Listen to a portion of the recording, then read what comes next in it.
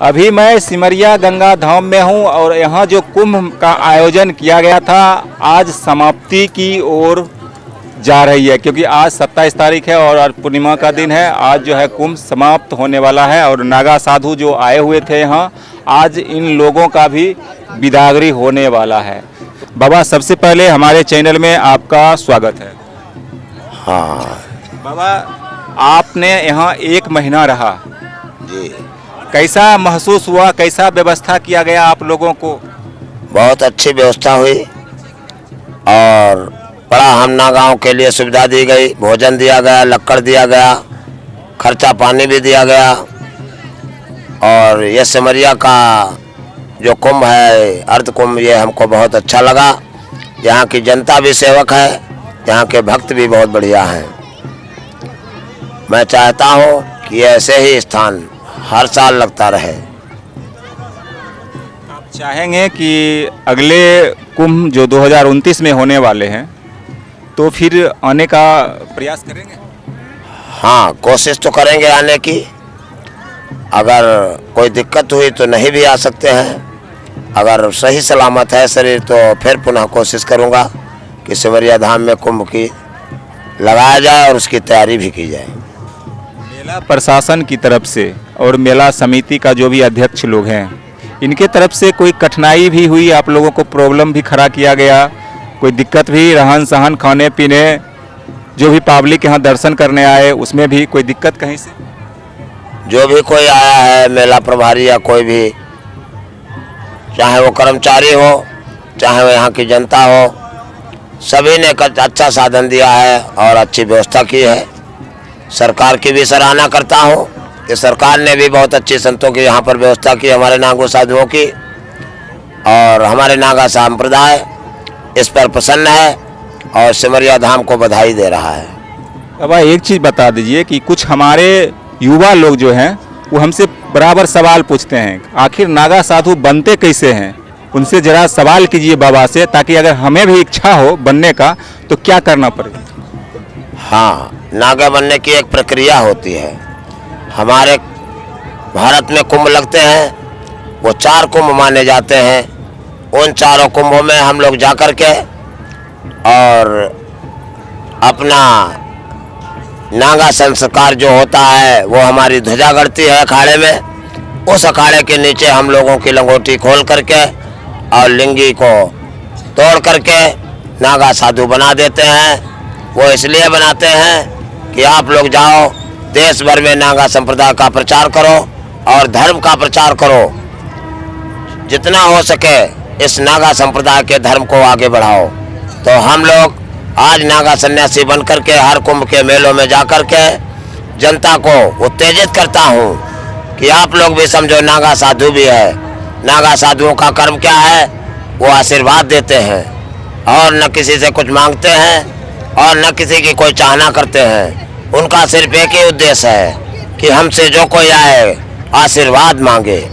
तो हम लोग आशीर्वाद हमेशा देते रहते हैं और ऐसे अच्छे अच्छे मेलों में जाकर के, कुंभ हो चाहे अन्य मेले हो, हम लोग जाकर के उन मेलों में नागा संप्रदाय को आगे बढ़ाते हैं और इस धर्म का प्रचार भी अधिक करते हैं। ये हमारे दत्तात्रेय महाराज का धर्म है, ये हमारे जूना अखाड़े के देवता हैं। इसलिए हम लोग दत्त भगवान को मानते हुए अपने जूना अखाड़े को आगे बढ़ाने की कोशिश कर रहे हैं।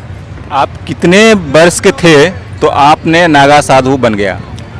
हाँ, पहले तो हम थोड़ा गृहस्थी में रहे, 24 वर्ष तक हम थोड़ा गृहस्थी में रहे। 24 यानी आपकी शादी हो गई थी? जी, मेरी शादी हुई, उसके बाद एक्सपायर हो गया सब खेल। एक्सपायर हो जाने के बाद मैं नागा साधुओं के साथ गया, उनसे परामर्श करके उनसे नागा सन्यासी बन बैठा। अब हमको इसमें बहुत आनंद आ रहा है, क्योंकि यह धर्म की रेखा है, यह धर्म को मानती है, यह धर्म की रक्षा करती है। इसलिए इस संप्रदाय पे हमको महान खुशी हुई है कि हमारे माता पिता भी प्रफुल्लित होंगे हमारे इन कर्मों को देख करके। हम लोग देश भर में कहीं भी यज्ञ, हवन, पूजन कर तो सकते नहीं है, लेकिन कराने की बराबर कोशिश किया करते हैं कि कहीं पर मठ बन जाए, कहीं पर मंदिर सुधर जाए, कहीं पर जीर्णोद्धार हो जाए। इसी प्रकार से देश भर में हम लोग प्रचार करते हुए सब जनता के अंदर उत्तेजना पैदा करता हूँ कि धर्म सबसे बड़ा है, इससे छोटा कुछ नहीं है। तो धर्म जो है धर्म है, उसको हम आप सभी मानते हैं। तो धर्म के ऊपर चलने वाले ये नागा संप्रदाय है। इसलिए सभी से मेरा निवेदन है कि नागाओं की सेवा करो और उनके वातावरण को सुनो, उनके आशीर्वाद को प्रदान करो, महान कृपा होगी। मैं नागा बाबा राजेशपुरी बोल रहा हूँ, श्री पंथ दशनाम जूना अखाड़े से। हमारा स्थान मढ़िया बाजार, रायबरेली, यह मेरा गुरु स्थान है। मैं वहाँ का निवासी हूँ, अपने गुरु की सेवा में तत्पर बना रहता हूँ और कुछ समय मिलने पर समाज के लिए कुछ निकलता हूँ बताने के लिए या उसे समझाने के लिए। यानी बाबा, कोई शादीशुदा व्यक्ति है तो नागा साधु बन सकता है? अगर शादीशुदा है, अगर उसके बीवी है तो नागा नहीं बन सकता है। अगर उसके बीवी जोड़ा नहीं है, चाहे वो बीवी कह लो चाहे औरत कह लो, अगर जोड़ा नहीं है तो वो बन सकता है। लेकिन बाबा, वो तो जैसे आप लोग कहते हैं कि लिंग तोड़ होता है, हाँ। लेकिन उन्होंने तो सब जो गृहस्थ जीवन में होता है वो सब तो कर बैठते हैं, तो फिर नागा साधु कैसे बनेंगे? नहीं, ऐसा कुछ नहीं है। हम लोग गृहस्थी के योग जब हुए उसी समय हमारी गृहस्थी बिछड़ गई। तो मुझे सिर्फ नागा सन्यासी के अलावा कोई नहीं आया जो हमको आगे मार्ग बताने वाला होता कि आपका जीवन अब कैसे कृतार्थ होगा। तो हमको सन्यासी मिले, उन्होंने हमारे जीवन यापन करने का उपाय बताया। यानी बाबा, नागा साधु बनने के लिए इसका कोई उम्र सीमा तय नहीं है? इसका उम्र से कोई मात्रा नहीं है, जब चाहो तब बन सकते हो। यानी भी दुनिया का मजा लेकर कभी भी हम नागा साधु बन सकते हैं? मजा की तो बात है नहीं बेटा साधु में। इसमें नहीं, पहले जैसे साधु बनने से पहले जो दुनिया का जो मजा लिया जाता है, जो लोग लेते हैं अक्सर होटलों में, इधर उधर गृहस्थ जीवन में कहा जाता है, ऐसे लिया जाता है। वो करने के बाद भी अगर मान के चलिए कि हम 50 वर्ष के आयु में आ जाएं और बोले कि अब हमको नागा साधु बनना है, तो कभी बन सकते हैं? अब इसको तो हम सत्य नहीं कह सकता हूँ, क्योंकि हमको ऐसा नहीं लगा है कि सारी क्रियाएं करने के बाद ही नागा बन सकता है। ऐसा नहीं है।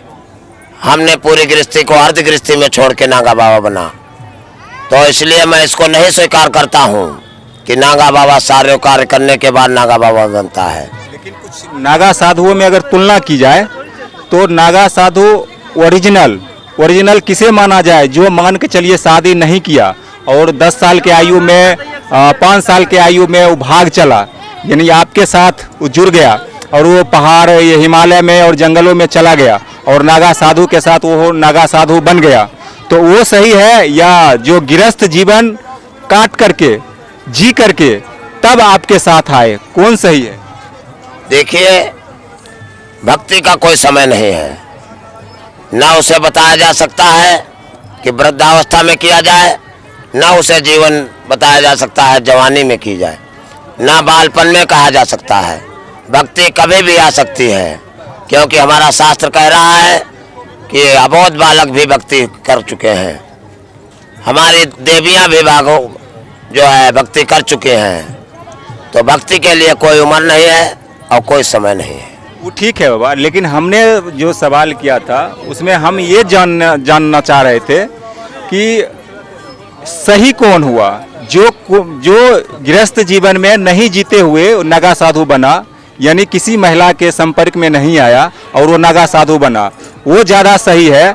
या जो महिला से संपर्क करने के बाद उसके बाद वो साधु बनता है नागा साधु, वो सही है? कौन सही है? देखो, साधु तो दोनों सही हैं। वो इसलिए सही है कि हमारे संत नागा बनने के बाद कोई ऐसा कर्म नहीं करते हैं जिससे कि धर्म पर कोई टिप्पणी की जाए। नागा बनने के बाद उनके पास कोई ये कार्य नहीं रह जाते हैं। सिर्फ वो भक्ति भगवान शिवदत्त की करता है और उसे संसार में कुछ नहीं मतलब है। चाहे पहाड़ आए, चाहे आंधी आए, चाहे तूफान आए, नागा वो निर्भय होकर के जंगल में तपस्या करता है। ये तो मानते हैं बाबा कि आप जंगलों में और पहाड़ों में तपस्या करते हैं, लेकिन कुछ लोग ऐसे भी हैं जो आप लोगों पर आरोप लगाते हैं, क्योंकि कुछ साधु महात्मा जो है जैसे आसाराम बाबू और राम रहीम कुछ कर्म ऐसा कर चुके हैं जिससे क्या होता है, पब्लिक में गलत संदेश चल गया है। इस पे क्या करें? देखो, ये शब्द के लिए हम संतों का बखान नहीं कर सकता हूँ, क्योंकि ये जो शब्द लागू किया गया है, ये शब्द हमारे वक्ता लोग, हमारे विद्वान लोग, उनका पाया गया है। उन विद्वानों ने अपने अंदर यह चीज प्राप्त करके अभद्रता प्राप्त की है समाज में, इसलिए उनको यह दंड दिया गया है। तो हमारे नागा साधु अभद्रता का कोई भी कार्य नहीं करते हैं जिससे उनको समाज दंड दे सके। तो हमारे संत महान है और हमारे नागा महान है। क्या अब फिर से सिमरिया आना पसंद करेंगे? पसंद की बात तो अभी नहीं कह सकता हूँ, परंतु कोशिश जरूर करूँगा आने का, कि मैं भी फिर भी सिमरिया धाम को जाऊं और उस धाम के कुंभ को सुचारू रूप से जागरूकता में लाऊं। कोशिश करूंगा, मगर इस समय नहीं दे सकता हूं कि आएंगे या नहीं, क्योंकि यह संभव नहीं है। साधु का संभव नहीं है, वो कहाँ आ सकता है, कहाँ जा सकता है, क्योंकि वो संत है। संत जहाँ विचर गया वहीं उसकी आनंद है। तो संतों के लिए कहीं नहीं वादा है, मिल जाए तो पूरा इरादा है। आपने लगभग 1 महीना यहाँ पर रहे हैं जी। आपका कोई शिष्य यहाँ बनने के लिए कोई आया था, पूछने के लिए आया था कि हम भी शिष्य बनना चाहते हैं आपका? हाँ, 1 महीना हम यहाँ रहे। हमारे पास 4-6 बच्चे आए, उन्होंने हमसे कहा कि बाबा हम भी नागा बाबा बनना चाहते हैं। तो हमने उनको सलाह दी कि बच्चों, अगर तुम्हारी इच्छा है तो हमारा नंबर ले लीजिए और कुंभ के मेले में आइए, हम आपको नागा बाबा बना सकते हैं। तो बच्चों ने कहा है कि बाबा नंबर भी हमारा लिया है कि बाबा जब कुंभ का मेला आएगा तो हम आपके पास जरूर आएंगे। यानी जब कुंभ मेला आएगा उसी समय नागा साधु बना जा सकता है? जी, बगैर कुंभ के कहीं भी नागा नहीं बन सकता है। वो हमारी धर्म ध्वजा गढ़ती है दत्त भगवान की, वो धर्म ध्वजा के नीचे नागा बनता है, बीच में कहीं नागा नहीं बन सकता है। अच्छा, हमारे कुछ दर्शक हैं वो हमसे पूछे हैं कि लिंग तोड़ का मतलब क्या होता है? हाँ, लिंग तोड़ के मतलब ये होता है कि नागा बाबा की उत्तेजना लिंग से कमजोर हो जाती है। शारीरिक कैसा भी उत्तेजना हो, लिंग से उसकी उत्तेजना कमजोर रहती है। यानी वो काम करना बंद कर देता है? काम करना बंद कर देता है, इसलिए उसकी उत्तेजना नष्ट हो जाती है। जी, तो ऐसा कोई प्रकरण नहीं है, वो लिंग तोड़ है, लिंग तोड़ रहेंगे। बाबा, एक चीज लास्ट सवाल मेरा है। यस। महिला जो साध्वी होती है, जो नागा में होती है, उसके लिए क्या प्रक्रिया है? जैसे कि आप में हो गया कि लिंग तोड़ होना चाहिए, अब महिला में क्या होता है? महिलाओं में ऐसा होता है कि हमारे में 2 नागा बनते हैं, एक तो अवधूत नागा और एक निहंगम नागा। निहंगम जो नागा बनता है उसकी लंगोटी खोल दी जाती है, और जो अवधूत नागा बनते हैं, जैसे महिलाएं बन रही हैं, और हमारे कुछ लिंग ऐसे होते हैं वो जिन लिंग उस लायक नहीं होता है तो वो नागा नहीं बनाए जाते हैं, तो वो अवधूत नागा बाबा कहे जाते हैं। इस प्रकार से माताएं भी अवधूत नागा बाबा के रूप में रहती हैं, वो लिंग तोड़ नागा बाबा नहीं है। उनका संस्कार होता है, उनका विजय हवन होता है, उनको ध्वजा के नीचे ले जाया जाता है, परंतु अवधूत नागा बना करके उनको छोड़ दिया जाता है कि देश भर में जाओ और महिलाओं को जागरूक करो कि हे महिलाओं, तुम भी तैयार हो जाओ नागा बाबा बनने के लिए, क्योंकि ये नागा धर्म जो है ये धर्म के लिए मरता मिटता है, इसको सिर्फ धर्म के अलावा कुछ नहीं चाहिए। तो महिलाएं हमारी जागरूक हैं, तो आज हमारे श्री पंथ स्नान जूना अखाड़े में सम्मिलित हो रहे हैं, बराबर संस्कार होता रहता है। तो अवधूत नागा महिलाएं बनती हैं, लिंग तोड़ वाली समस्या यहाँ पर कोई नहीं आ सकती है। बाबा, आपने जो भी कुछ बताया जी, हमें भी अच्छा लगा कि आपने बेधड़क हमारे सवालों का जवाब दिया। जी जय माँ जय जाते जाते बाबा, चढ़ाओ भगवान जय माँ। जो भी हमारे सिमरिया धाम आज गंगा स्नान के लिए आए हैं, कुछ आशीर्वाद अपने तरफ से दिल से दे दीजिए। हाँ, इस बात पे मैं प्रसन्न हूँ क्योंकि हमको यहाँ पर सुविधा मिली, साधन मिला, तो हम इसलिए बिहार में जरूर सिमरिया धाम को कोशिश करेंगे। अपने अंदाज में आशीर्वाद दीजिए जैसे दिया जाता है। आशीर्वाद तो मैं दे रहा हूँ, यहाँ की जनता, यहाँ के प्रबंधक, यहाँ के नेता, सबको हमारे लोगों की तरफ से महान बधाई हो, क्योंकि इनकी सेवा पर नागा बाबा खुश हो गए हैं। तो इसलिए यहाँ की जनता बहुत लोकप्रिय है, तो ये संतों की मर्यादा करती है और इज्जत करती है। तो इसलिए सिमरिया धाम को मैं धाम मान करके बड़ी प्रशंसा करता हूँ कि यहाँ के लोगों को, यहाँ के व्यवस्थापकों को, जितने व्यवस्थापक हैं तत्पर तैयार रहते हैं, इसलिए कि हमको जो है नागा बाबा बहुत अच्छा उपदेश देते हैं और बहुत अच्छी बातें बताते हैं। तो इसलिए हमें भी वो लोग प्रसन्न आए हैं। मैं चाहता हूँ सिमरिया धाम में बार बार कुंभ ऐसे लगता रहे।